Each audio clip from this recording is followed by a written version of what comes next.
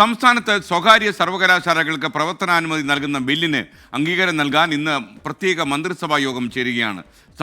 സംവരണ മാനദണ്ഡങ്ങൾ പാലിച്ച് മെഡിക്കൽ എഞ്ചിനീയറിംഗ് കോഴ്സുകളടക്കം അനുമതി നൽകുന്ന കരട് ബില്ലിനാണ് മണിയറയിൽ തയ്യാറാക്കലുണ്ടായിരിക്കുന്ന. ബില്ലിൽ ആശങ്ക അറിയിച്ച് CPI മന്ത്രിമാരുമായി ഇന്ന് മന്ത്രി ഡോക്ടർ ആർ ബിന്ദു ചർച്ച നടത്തും. CPIക്ക് അതിൽ കടുത്ത ആശങ്കയുണ്ട്. P പ്രസാദ് തന്നെ മന്ത്രിസഭാ യോഗത്തിലെ അഭിപ്രായ വ്യത്യാസം ഉന്നയിച്ചിരുന്നു എന്നാണ് നമുക്ക് മനസ്സിലാക്കാൻ കഴിയുന്നത്. അതേസമയം പതിനായിരക്കണക്കിന് വിദ്യാർത്ഥികൾ വിദേശ നാടുകളിലെ സർവകലാശാലകളിൽ പഠിക്കാൻ പോകുന്നൊരു സംസ്ഥാനമായ കൊച്ചു കേരളത്തിൽ ഇനിയും നമ്മൾ ഇങ്ങനെയുള്ള പിടിവാശിയുമായി നിന്നാൽ എന്താവും നമ്മുടെ കുട്ടികളുടെ അവസ്ഥ?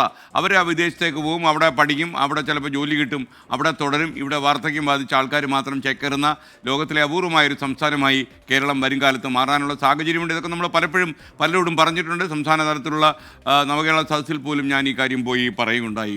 ലോകത്ത് വൃദ്ധന്മാർ അധിവസിക്കുന്ന അപൂർവ സ്ഥലം കാണാൻ ടൂറിസ്റ്റുകൾ വരുന്നൊരു കാലം വിദൂരമല്ല എന്നുവരെ പറഞ്ഞു. അപ്പോൾ അതിനൊക്കെ തടയിടണമെങ്കിൽ നമുക്കിവിടെ തൊഴിലവസരങ്ങൾ ഉണ്ടാകണം, നമ്മുടെ ആളുകളെ ഇവിടെ പിടിച്ചു നിർത്താൻ പറ്റണം. അതുപോലെ നമുക്ക് നല്ല യൂണിവേഴ്സിറ്റികൾ വേണം, നമ്മുടെ കുട്ടികൾ ഇവിടെ പഠിക്കണം, നമ്മുടെ കലാശാലകൾക്ക് നല്ല ക്വാളിറ്റി ഉണ്ടാകണം, നിലവാരം ഉണ്ടാകണം. കാര്യം ഇന്ത്യ ഏറ്റവും നല്ലൊരു മാർക്കറ്റായി വിദേശ നാടുകൾ കാണുമ്പോൾ വിദേശ നാടുകൾ തേടി നമ്മുടെ ആളുകൾ പോകേണ്ട കാര്യമുണ്ടോ എന്നൊരു ചോദ്യം ബാക്കിയാകുന്നു. ഇപ്പോൾ ഷെവീദ് റാവുത്തർ തിരുവനന്തപുരത്ത് നിന്ന് വിശദാംശങ്ങളുമായി ചേരുന്നു. Shaveed, good morning. ഷെവീദ്, വിവരങ്ങൾ.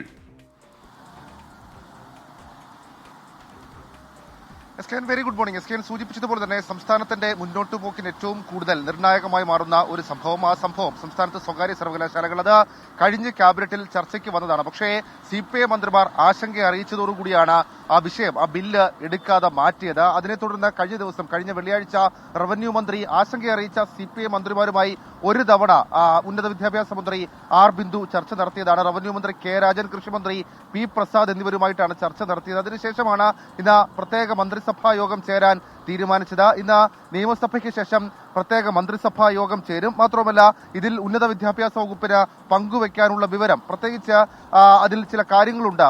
ഇതിന്റെ കരട് ബില്ലടക്കമുള്ള കാര്യങ്ങൾ തയ്യാറായിട്ടുണ്ട്, അതിന്റെ മാനദണ്ഡങ്ങളടക്കമുള്ള കാര്യങ്ങൾ നിശ്ചയിച്ചിട്ടുണ്ട്. അത് CPI മന്ത്രിമാരെ പറഞ്ഞ് ബോധ്യപ്പെടുത്തുക എന്നുള്ളതാണ് സർക്കാർ CPI ലക്ഷ്യം വെക്കുന്ന ഏറ്റവും പ്രധാനപ്പെട്ട കാര്യം. ഉന്നത വിദ്യാഭ്യാസ മന്ത്രി ആർ ബിന്ദു ആയിരിക്കും ഈ CPI മന്ത്രിമാരുമായി ചർച്ച നടത്തുക. ഈ സ്വകാര്യ സർവകലാശാലകൾക്ക് അനുമതി നൽകുമ്പോൾ നിലവിലുള്ള സർവകലാശാലകളുടെ കാര്യം എന്താകും എന്നുള്ളതാണ് CPI ഉന്നയിക്കുന്ന ഒരാശങ്ക. എന്നാൽ അതടക്കമുള്ള കാര്യങ്ങൾക്ക് പരിഹാരമുണ്ടാകും എന്നുള്ള മറുപടി ഒരുപക്ഷെ ആർ ബിന്ദു ഇന്ന് കൊടുത്തേക്കും. ബില്ല് സഭയുടെ നടപ്പ് സമ്മേളനത്തിൽ തന്നെ പാസ്സാക്കാനാണ് CPIന്റെ ശ്രമം. ഞാൻ മുൻപ് സൂചിപ്പിച്ചതുപോലെ ഇന്നത്തെ സഭാ സമ്മേളനം കഴിഞ്ഞാണ് പ്രത്യേക മന്ത്രിസഭാ യോഗം വരുന്നത്. ഇതിന്റെ മാനദണ്ഡങ്ങൾ ഉൾപ്പെടെയുള്ള കാര്യങ്ങൾ അത് പൂർത്തിയാക്കിയിട്ടാണ് കരട് ബിൽ ഉൾപ്പെടെയുള്ള കാര്യങ്ങൾ തയ്യാറാക്കിയിട്ടുള്ളത്. ഷെവീദ് റാവുത്തർ.